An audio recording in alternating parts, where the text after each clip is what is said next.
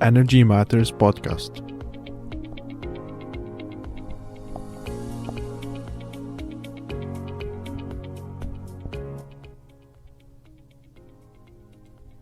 Hey everyone, thanks for tuning in. I am your host Kassem Alokla from Texas A&M University, Society of Petroleum Engineers. The aim of this podcast is to discuss and explore some specific topics about the energy industry in general and the oil and gas in specific, while covering some related topics in environment, economics, policy, and many more. Today, we have a truly exceptional guest speaker who is joining us in order to talk more about resilient resources navigating energy challenges.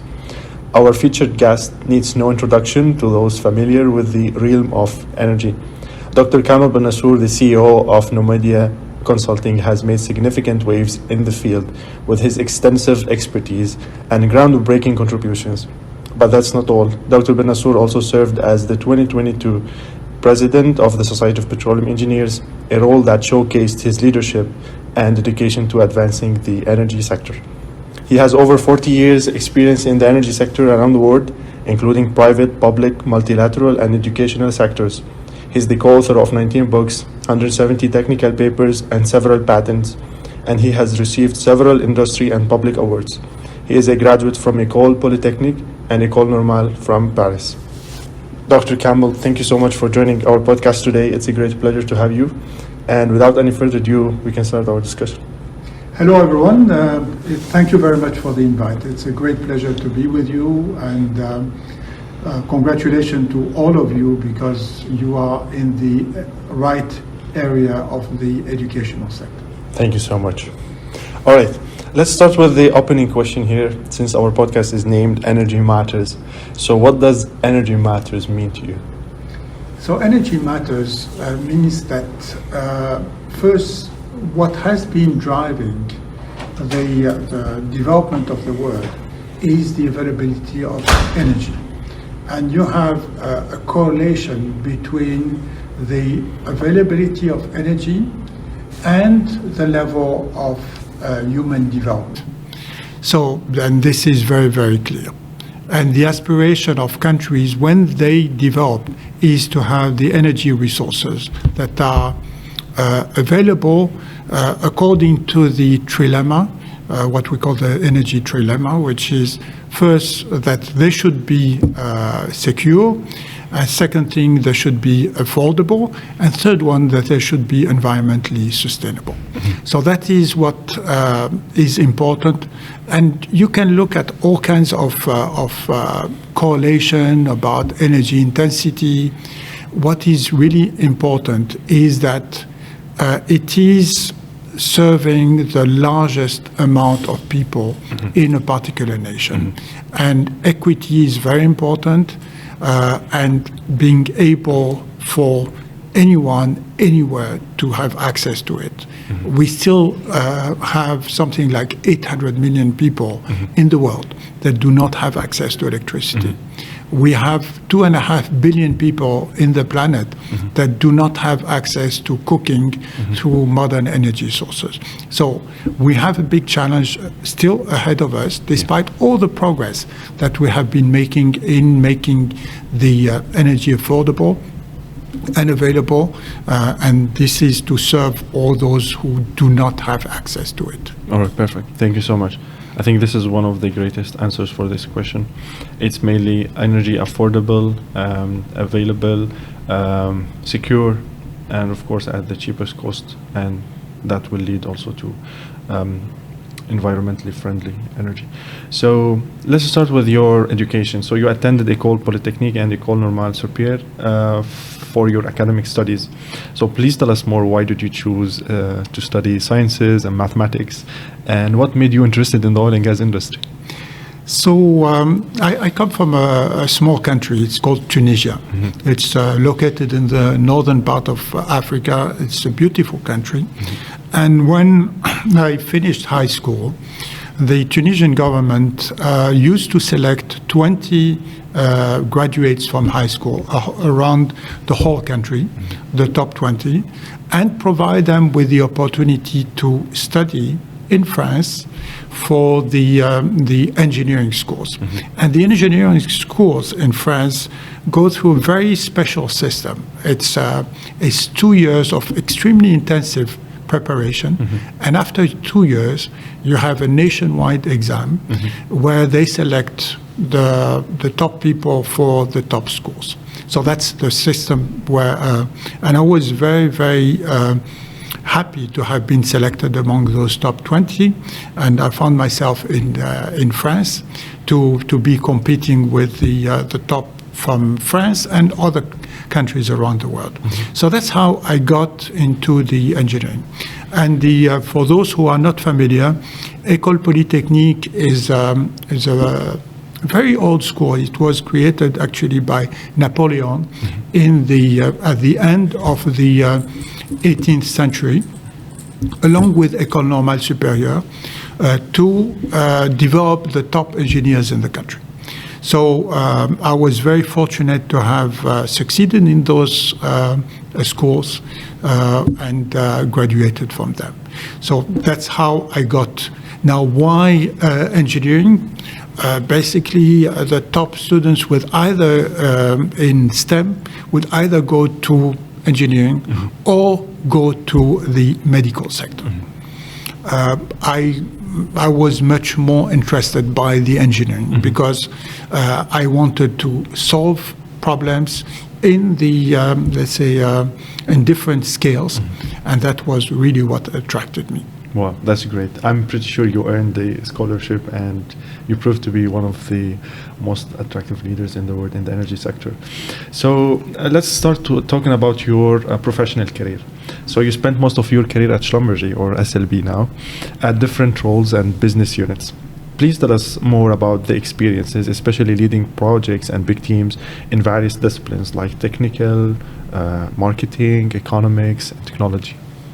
So I started in Schlumberger, now SLB, in the research and development sector.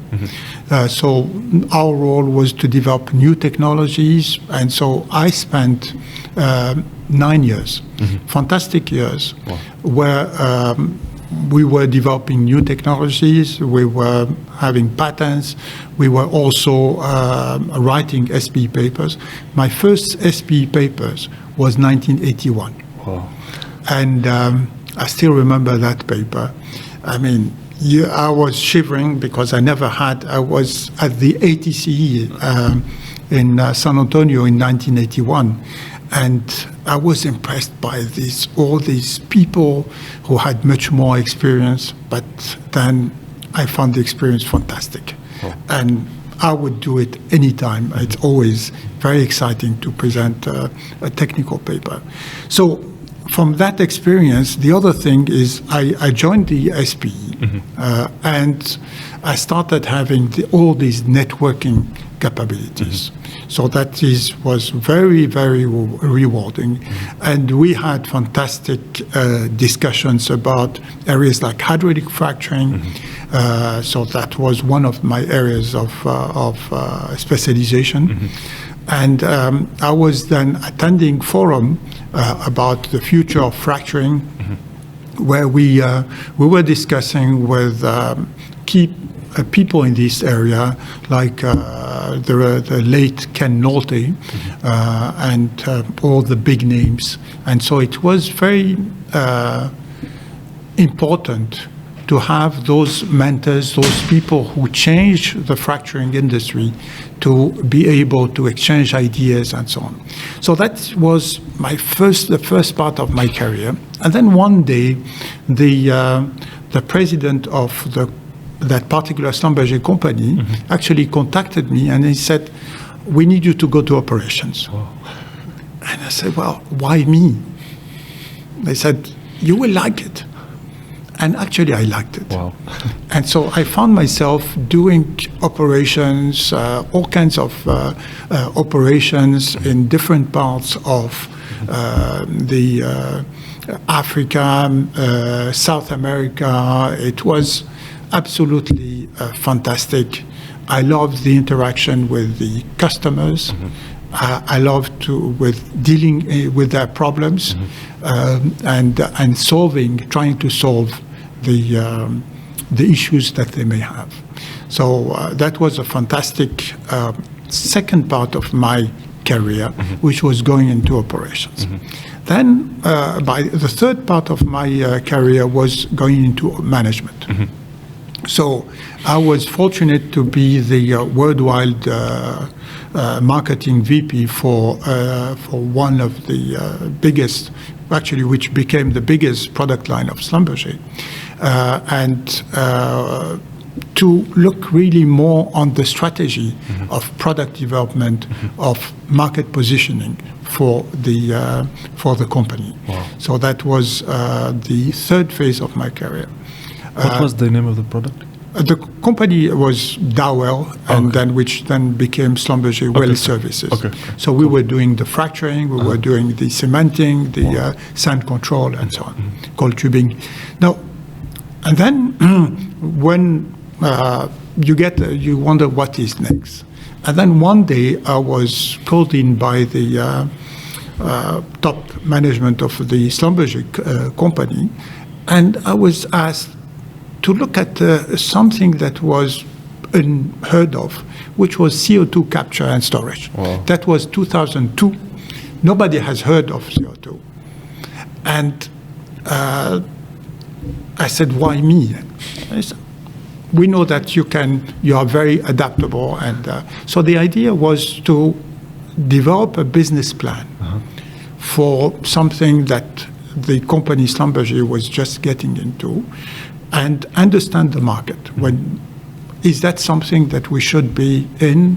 Is that something that is going to be material?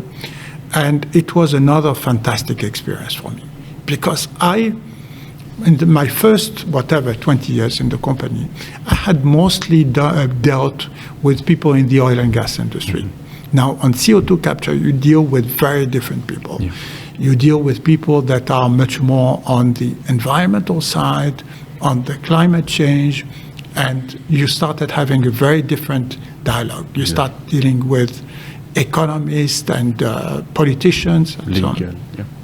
And so I was very pleased, because after 1 year, we created a new division of Schlumberger, which was called Schlumberger Carbon Services, 20 years ago. Wow.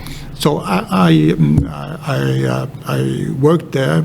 We were very much involved in every single CO2 project around the world. From there, actually, I had another experience, which was in a completely new market for Schlumberger, which was Russia, which was immense, but it was very different from all the other markets. So after that, I spent time in the International Energy Agency, but on behalf of Schlumberger, to help them, and I wrote a book on carbon capture and storage, which was one of the top book sales at the IEA at that time.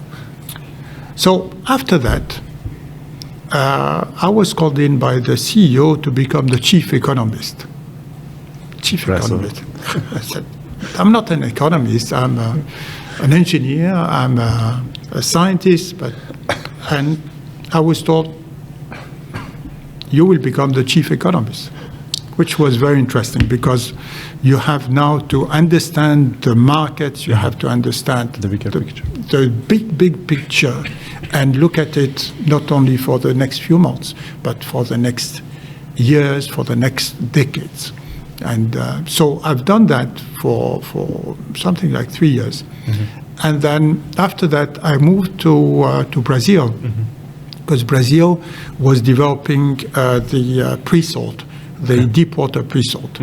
And in the deep water pre-salt, you needed to develop lots of new technology. The first well in the pre-salt cost over $300 million to Petrobras. Wow.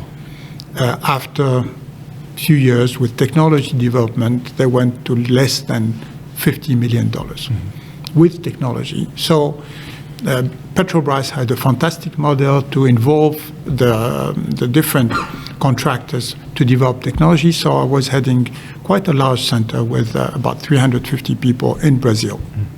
Wow. So that is, yeah. That's really impressive. Yeah. And yeah, congratulations on all Thank you. these achievements. Let's move on. In 2005, you became the Director of Sustainable Energy Policies and Technologies at the International Energy Agency. Actually, 2015. 2015, okay, Yeah. sorry. But before that, there was something in between. Mm-hmm. Because in end of 2013, I received a call from my country to become minister in Tunisia. Okay. Which again was something that I had absolutely no idea. I had never worked in Tunisia, in my home country, and also I had never worked in politics. Okay. So I said, why me? And they said, yeah, that's just because you have never been in politics and you have, and you are coming with a fresh eye. So it was very important for me to give back to my country because I received very good education from Tunisia, and it was way to pay back. Exactly. So I spent fantastic 1 year and 3 months. We accomplished lots of things. And actually, the initiative that brought us in got the Nobel Peace Prize in 2016. Cool. So I have a question here. How did your education and your experience at Schlumberger and other companies helped you, like, in your role as a politician or as the Minister of Energy at Tunisia? Like, did you refer to your previous experience to take some of your decisions, especially in the energy sector? So you have many things that contribute to help you. The first one is the ability to work with a team. Sure. That's the first thing. And in the oil and gas industry, you know that the strength of the project depends on the strength of every single component. The second thing is the ability to work under pressure. Sure. The third one was the ability to communicate. Sure.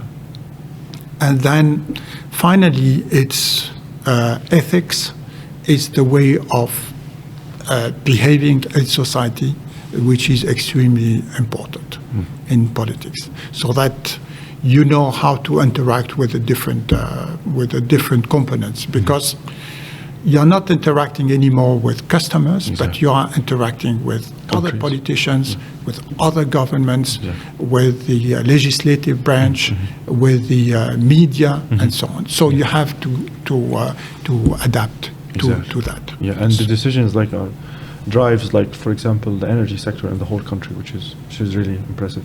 Yeah. Okay, perfect. So I'm going to repeat the question again. In 2015, you became the Director of the Sustainable Energy Policies and Technologies at International Energy Agency, IEA.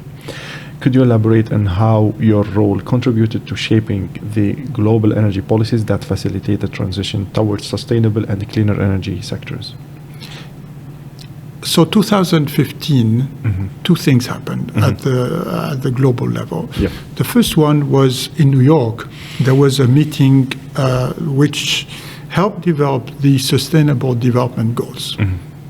You know, the one that is of particular interest for us is the number 7 on the energy access and the clean energy. Yeah. So that was the first event. That was in September. And then around December was the COP21 in Paris. So these were very important events. So I joined the IEA around the month of September 2015. And IEA, one of the main outcomes of the IEA was the development of the scenarios and the establishment of roadmaps for different energy systems. The team that was at the IEA was of exceptional quality, And what they have done, because I arrived, let's say, just before the COP21, had done a great work developing what we call the sustainable development scenario, which looked at what could happen and that could lead to different temperature increase. So that was also very helpful for the people that were looking at the COP21, because we spent lots of time at the COP21 addressing the different constituents to tell them, okay, these are the different scenarios, these are the different implications of these scenarios. So that was, I think, useful in terms of. The other things that was where we contributed was the idea of revising those objectives every 3 to 5 years. So that is really the contribution to those very important. And after that, what we were asked to do by the United Nations every year to see how much evolution was happening on the Sustainable Development Goal. So in 2019, you became the CEO of Nomadia Energy Consulting. First of all, could you please tell us more about the company? So Nomadia Energy Consulting was created in Abu Dhabi in 2019 with the objective to help governments and also private institutions to have guidelines for the energy transition. So we worked with different types of governments. Some of them were what we call greenfields.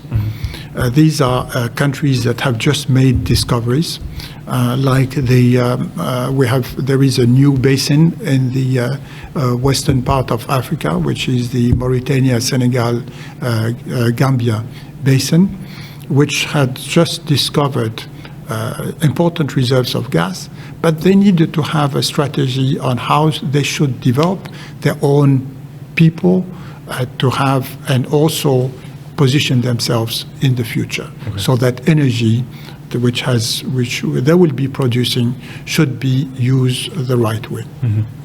So I worked with Senegal, I worked with Mauritania, and then after that we also worked with countries like in the Middle East in different shapes, but we're also working with investment funds, and we're also working with companies, advising them on their strategies.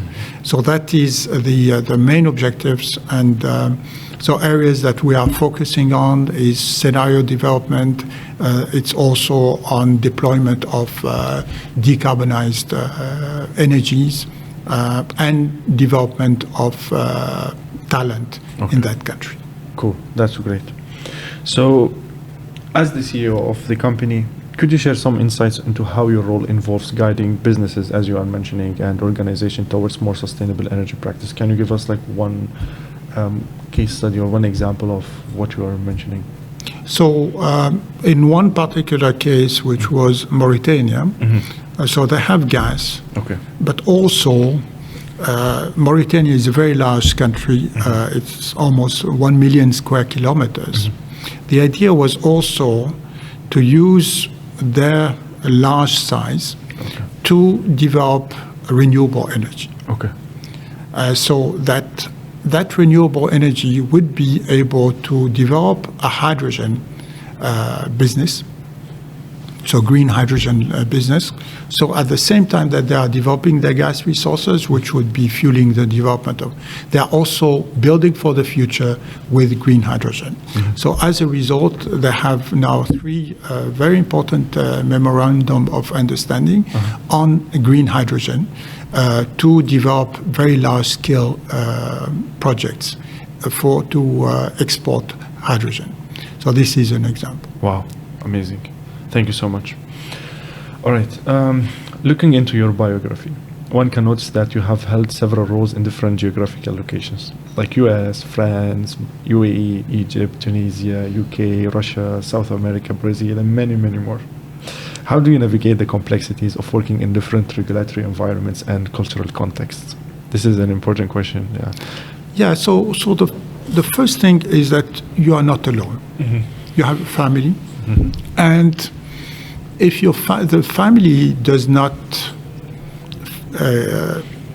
is not happy in a given geography, then you personally have failed. Sure. So it's very important to have all the ecosystem in a country that would help the family adapt. And so what in Schlumberger, what was created, which was helping lots of the families to move and feel welcome, was a system that was called the Schlumberger Spouse Association. Okay. What it was doing was enabling any family that would come, let's say, to Venezuela, would have a group of families that would take care of them and show them, okay, what are the nice things, what are the schools, the best schools, and so on, so that they already feel welcome in that country. And my wife was actually part of the founding of this organization, the Schlumberger, and she was also presiding to the organization. So overall, that family component is very important. Okay. You also need to make sure that your children have an educational system that is continuous throughout their career. Sure. So, and with children moving from country to country is somehow difficult. Yeah. It's confusing. And what we told them is that basically they should always consider that they have one country which is their center of gravity, which is Tunisia. Okay. And so they always have their home, so they can move from point A to point B to point C, but they always have their center of gravity in Tunisia. Well, I like that. Yeah. Perfect. In 2020, you were also appointed as the chairman of the MORF. How does the company leverage its leadership to foster innovation and collaboration in the energy sector? And what are some of the key initiatives you're driving to contribute to sustainable energy solutions? I think we have discussed this outside, so maybe you can more elaborate on this. So the MORF is a very interesting startup. It was created in Houston. Very bright minds, actually former Schlumberger and Baker Hughes colleagues, who had fantastic ideas. And we start thinking, okay, what can we do? And to develop technologies that would be in line with sustainability goals. And so this team was experts in areas like nanotechnologies. Okay. And so by brainstorming, we start imagining a number of applications. And so that's where we started developing nanotechnology-based fracturing.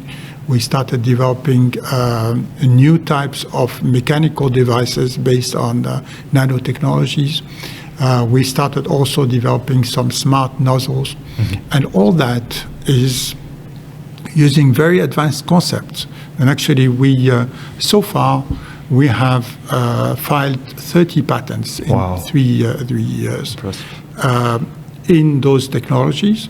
And 3 of these technologies are being deployed at scale in the operations today. That's great.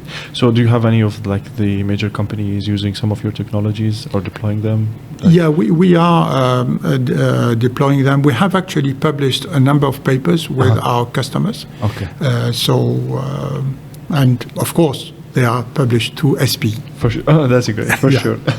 And it's always a pleasure to publish through SPE. Okay, perfect. So this drives me to... And actually, in 2021, we were selected at ADIPEC among the top 3 startup companies. Wow, yeah. That's amazing. Yeah.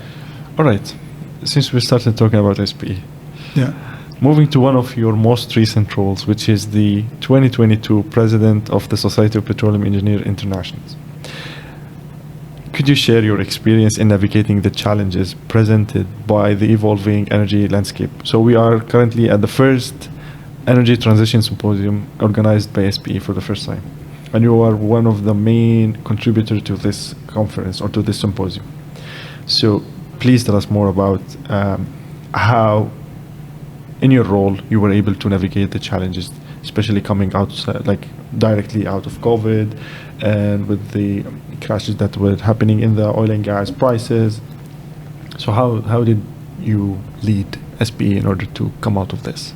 So I was very fortunate because I was preceded in my role as SPE president by a very distinguished colleague from Texas A&M, Professor Tom Blassinger, who was the 2021 SPE president. Mm-hmm.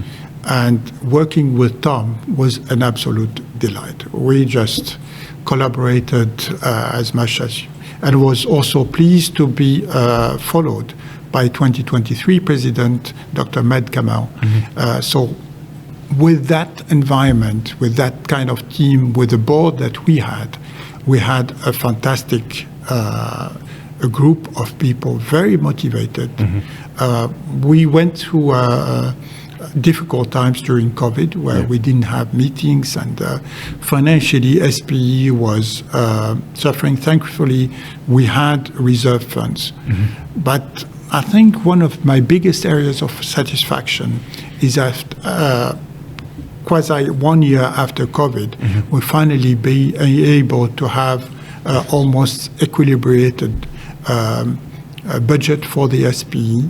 Mm-hmm. So SPE would not be losing money. Mm-hmm. And then we also went back into providing all the services for the members that they are mm-hmm. Expecting from a society. Mm-hmm. And then the third area of satisfaction was the fact that membership is back up, increasing, cool. Which is a very good sign.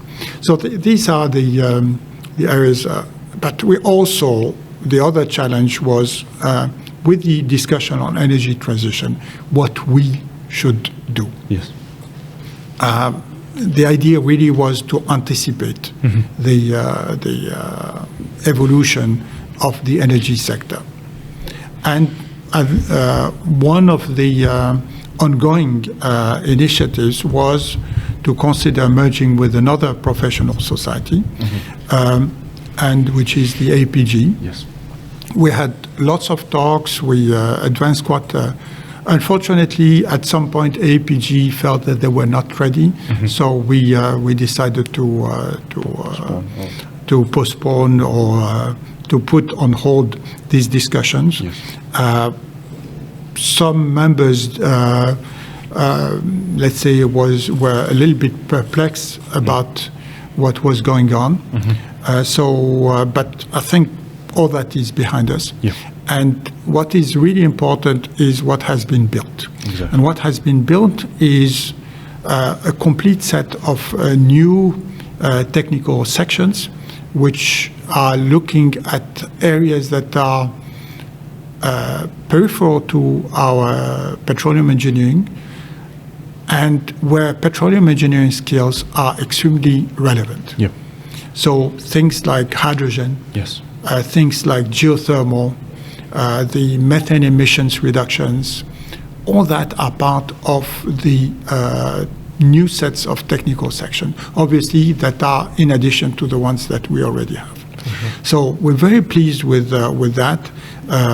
In addition, we have created geothermal technical sections because mm-hmm. we believe that most of the technologies that are required to do geothermal, whether it's drilling, fracturing, are actually what we do exactly. in our specialties. Yeah.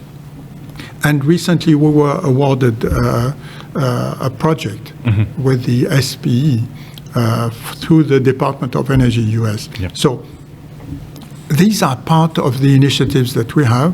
We also have a very vibrant sustainability technical section, the SDTS, and we have also the community that we call Gaia, mm-hmm. which is a group of people that are extremely enthusiastic about making good things for the planet. Okay, perfect. We are truly pleasured, and we are lucky to have you as one of like the most distinguished leaders for SPE.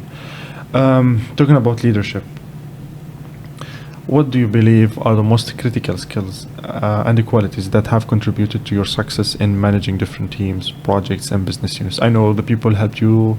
It's more about teamwork, collaboration. But could you please tell us more about like some of the key factors for success in your tremendous career? So a few points. One is continuous learning. You should never stop learning. Okay. The second thing is that you should always consider the different possibilities, do an assessment of risks. Taking risks is fine, provided you understand what are the implications. Okay. And what you should do if things do not go right. The third thing is that you need to move away from your comfort zone. Staying in your comfort zone is good, but that doesn't help you to progress in your career. Okay, perfect. And fourth thing is building a network of people through mentoring. You need to help young talent, because that young talent, when you see them grow, it's one area of satisfaction. And I tell you, recently I was inviting someone at a conference, and the person said, my first mentor was Kamel Bennaceur, and I was so pleased. So these are part of the system that you should have in terms of building your career that would help you. And you also, I know it's difficult to do, is early in your career, identify people that you can go to and ask them for advice. Don't feel shy about asking people to provide you with guidance. You need to ask the right question to them. Okay, that's really impressive. Thank you so much. Yeah. All right. So we have witnessed yesterday a lot of talks about energy transition, collaboration that should happen between companies instead of having this competition that we have been witnessing for oil and gas and so on.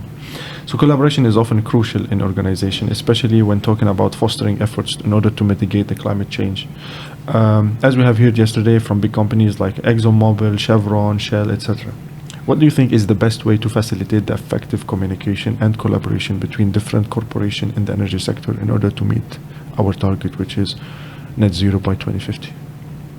So we always describe oil and gas companies are competing fiercely for getting more and more business and so on, which is really not the picture, because in most of the projects, especially the most complex, those companies collaborate. Okay. In a big asset, you always have multiple partners in this asset. And it's a way of spreading out risks and also bringing different perspectives from different stakeholders.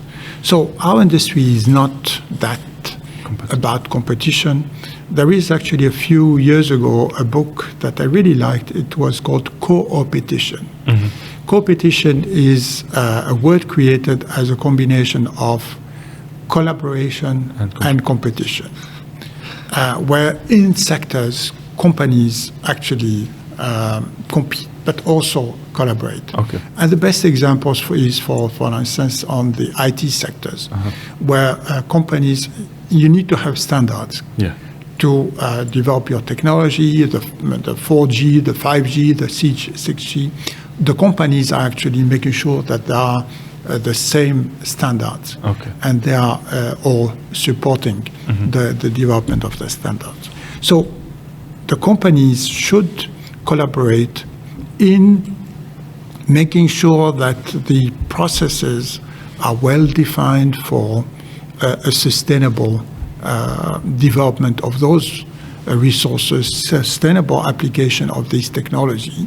And then we have been doing that, for instance, in CCUS.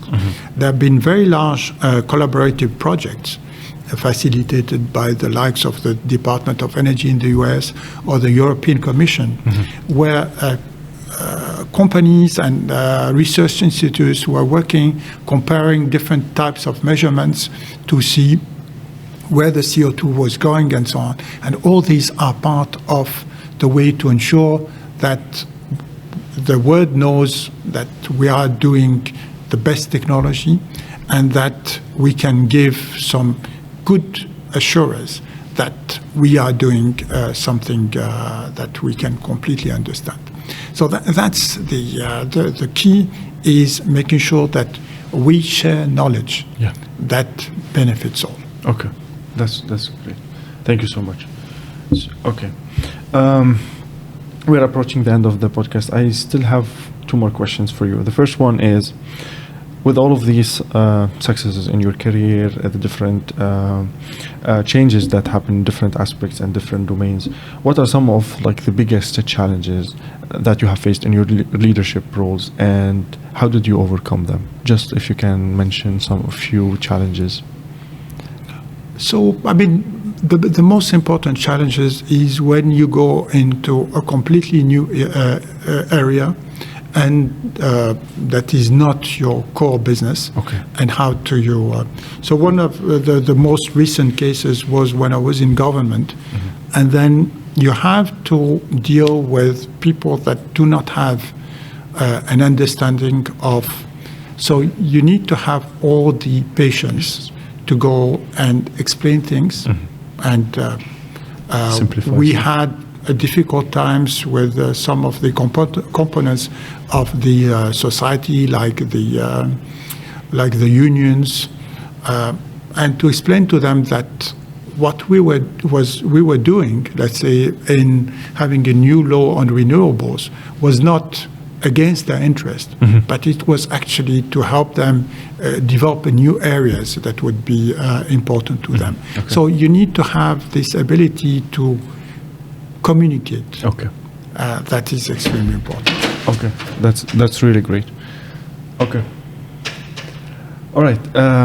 One last question here. So most of our members are students in petroleum engineering or in energy engineering programs who are studying here in US or other kind of universities all over the world. And students always have doubts about the future of the energy industry. We have discussed this several times, I know, but students always are desperate to know about their future. So what advice can you give to students and young professionals who are interested in the energy industry and who want to make an impact? Because we are all passionate about the energy industry, and it's one of the most important industries in the world. So how can we make a positive impact? While you mentioned at the beginning, energy matters, affordable energy, clean energy, sustainable and secure. So any advice to the younger generation as a leader that we are always looking forward to?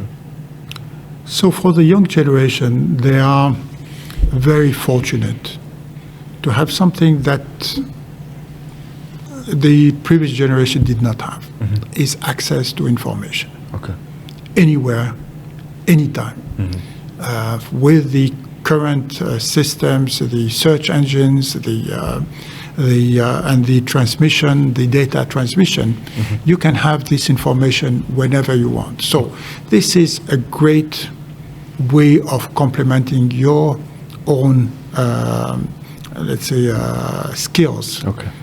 So that is, and they should know how to access it in the best way. Yeah. So this is something that certainly will help them. The other thing is that they need to network. Yeah. And networking, you can do it through professional societies, through social media. But what we realized after the COVID, where we thought, oh, maybe it's the end of the conventional ways, people were so happy to go back to meetings, to go to section events, to chapter events. and then interact. There is much more than just going in a screen through one of the communication technology. Yeah. So networking is extremely important. And the third aspect is being active with the likes of SPE, because if you give 1, you receive 100. Exactly. So these are part of what you should do. And then the fourth thing, always keep your mind open about areas that are peripheral, because perhaps there are